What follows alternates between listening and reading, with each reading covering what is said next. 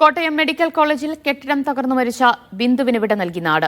തലയോലപ്പറമ്പ് കീഴൂരിലെ വീട്ടുവളപ്പിലാണ് സംസ്കാര ചടങ്ങുകൾ നടന്നത്. മൃതദേഹം വീട്ടിലെത്തിച്ചപ്പോൾ വികാരനിർഭരമായ നിമിഷങ്ങളായിരുന്നു. സർജറി കഴിഞ്ഞ മകൾ നവമിയും അമ്മയെ അവസാനമായി ഒരു നോക്ക് കാണാനെത്തി.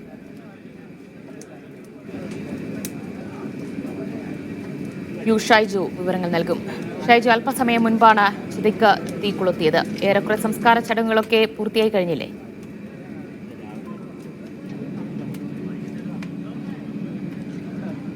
ദിവ്യ, സംസ്കാര ചടങ്ങുകളെല്ലാം ഇപ്പോൾ പൂർത്തിയായി. ബിന്ദു ചിതയിൽ അഗ്നിക്ക് ഇരയായ ആ ഒരു കാഴ്ചയാണ് നമുക്ക് കാണാൻ കഴിയുന്നത്. ഇപ്പോൾ ഏതാണ്ട് 8:30 ഇവിടെ എത്തിച്ച മൃതദേഹം പൊതുദർശനം ഏതാണ്ട് 12 മണിയോടെ നീണ്ടു നിന്നു. അതിനുശേഷം കർമ്മങ്ങൾ നടത്തി. 12:30 ശേഷം ചിതയിലേക്ക് മൃതദേഹം എടുത്തു. കർമ്മങ്ങൾ വീണ്ടും അവിടെ പൂർത്തീകരിച്ച ശേഷം മകൻ നവനീതാണ് ചിതയ്ക്ക് തിരികൊളുത്തി കർമ്മങ്ങൾ പൂർത്തീകരിച്ച് മടങ്ങിയത്. അന്ത്യചുംബനം നൽകി ഭർത്താവ് വിസ്തൃതനും ഈ ചടങ്ങുകൾക്ക് സാക്ഷ്യം വഹിക്കുകയായിരുന്നു. രാവിലെ 8:30 എത്തിച്ച മൃതദേഹത്തിൽ ആദ്യം തന്നെ മകനും മകളും അങ്ങേയറ്റം സങ്കടഭാരത്താൽ മൃതദേഹത്തിനരികിലേക്ക് വന്ന് അമ്മയെ വാരിപ്പുണർന്ന കാഴ്ച അങ്ങേയറ്റം സങ്കടകരമായ കാഴ്ചയായിരുന്നു. അതോടൊപ്പം തന്നെ ഭർത്താവ് വിസ്തൃതൻ, അമ്മ അടക്കമുള്ള ആളുകൾ അവിടെ സങ്കടഭാരത്താൽ ദീർഘനേരം ഈ മൃതദേഹത്തിന് സമീപം ഇരുന്നൊടുവിൽ അവർ ക്ഷീണിതരായപ്പോഴാണ് അവരെ അവിടെ നിന്ന് മാറ്റുകയും ചെയ്തത്.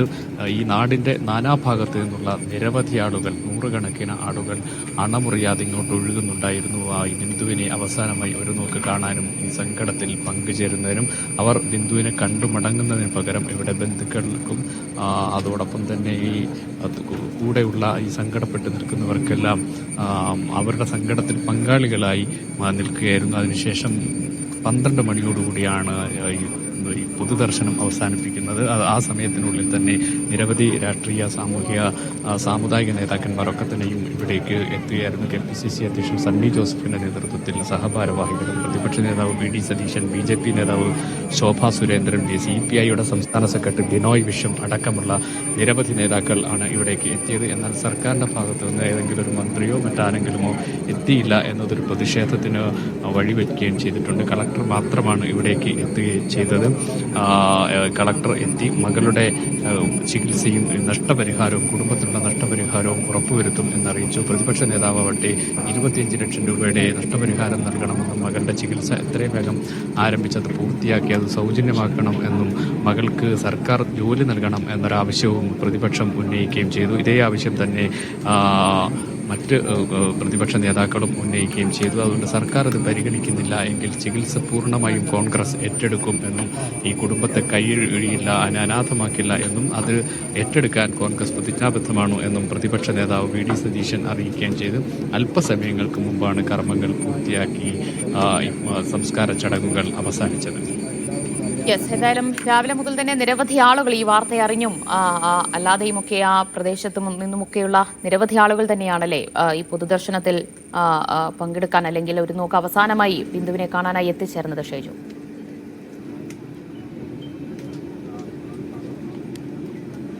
തീർച്ചയായും. കാരണം 8:30 മൃതദേഹം ഈ മൊബൈൽ മോർച്ചറിയിൽ പ്രത്യേകം സജ്ജമാക്കിയ ഈ പന്തലിനകത്ത് വെക്കുമ്പോൾ തന്നെ നിരവധി ആളുകളായിരുന്നു. അതേസമയം തന്നെ കാത്തുനിന്ന, നേരത്തെ ദിവ്യ സൂചിപ്പിച്ചതുപോലെ രാവിലെ തന്നെ ഈ വീടിന് സമീപത്ത് തടിച്ചുകൂടിയ ആളുകൾ, അതിനു പുറമേ പൊതുദർശനം ആരംഭിക്കുമ്പോൾ തന്നെ നാടിൻ്റെ നാനാഭാഗത്ത് നിന്ന് വിവിധ ശ്രേണിയിൽപ്പെട്ട ആളുകൾ എത്തുന്നുണ്ടായിരുന്നു. മക്കളുടെ സുഹൃത്തുക്കൾ, അതായത് നവനീതിൻ്റെയും നവമിയുടെയും സുഹൃത്തുക്കൾ, സഹപാഠികൾ, ബന്ധുക്കൾ, ദൂരെയുള്ളവരും അടുത്തുള്ളവരും എല്ലാം എത്തുന്നുണ്ടായിരുന്നു. അതോടൊപ്പം തന്നെ ബിന്ദുവിന് ഒരുപാട് ബന്ധങ്ങൾ ഈ നാട്ടിൽ ഉള്ളയാളാണ്. അവർ ഈ ഒരു വസ്ത്രവ്യാപാരശാലയിൽ ജോലി ചെയ്യുന്ന ആളായതുകൊണ്ട് തന്നെ പൊതുബന്ധമുണ്ട്.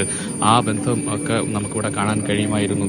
എല്ലാവരുടെയും മുഖത്ത് ദുഃഖം ഘനീഭവിച്ച് നിൽക്കുന്നത് കാണാൻ കഴിയുമായിരുന്നു. കണ്ണിൽ കണ്ണുനീരും ഉള്ളിൽ വിങ്ങലുമായിട്ടാണ് ബിന്ദുവിനെ ഒരു നോക്ക് കാണുകയും ബിന്ദുവിന്റെ ബന്ധുക്കളെ ആശ്വസിപ്പിക്കുകയും അവരുടെ ദുഃഖത്തിൽ പങ്കാളികളാവുകയും ചെയ്തത്.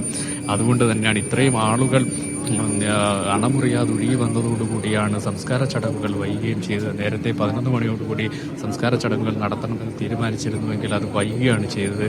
മഴ ഭീഷണി ഉണ്ടായെങ്കിലും ചെറിയൊരു മഴ മാത്രമാണ് പെയ്തത്. പക്ഷേ അത് സംസ്കാര ചടങ്ങുകളെ ഒന്നും ബാധിച്ചില്ല. പക്ഷേ ആളുകൾ നിരന്തരമായി വന്നുകൊണ്ടിരുന്നത് സംസ്കാര ചടങ്ങ് വൈകുന്നതിന് കാരണമായി. 12 മണിയോടുകൂടി ആണ് സംസ്കാര ചടങ്ങുകൾക്കായി മൃതദേഹം പൊതുദർശന ഹാളിൽ നിന്നും വീടിന് മുന്നിലേക്ക് മാറ്റിയത്.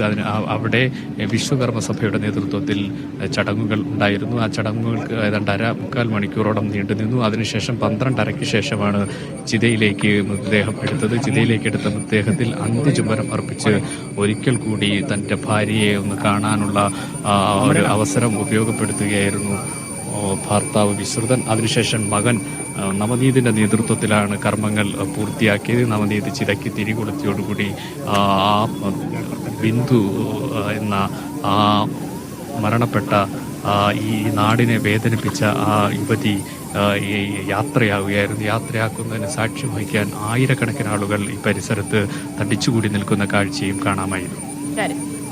സംസ്കാര ചടങ്ങുകൾ പൂർത്തിയായി കഴിഞ്ഞിരിക്കുകയാണ്. ഇപ്പോൾ ബിന്ദുവിന്റെ മരണത്തിൽ പ്രതിഷേധം